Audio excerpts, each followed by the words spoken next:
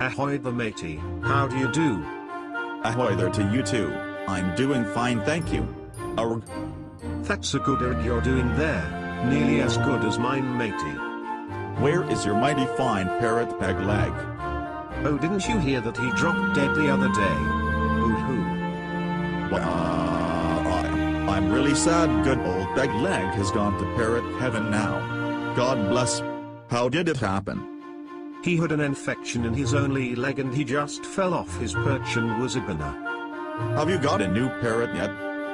Oh yes, he's called Porky, 'cause he's a bit chubby, likes his nuts a bit too much. Oh that's good, at least this one sounds healthy. I've got to go now searching for some more treasure bye bye.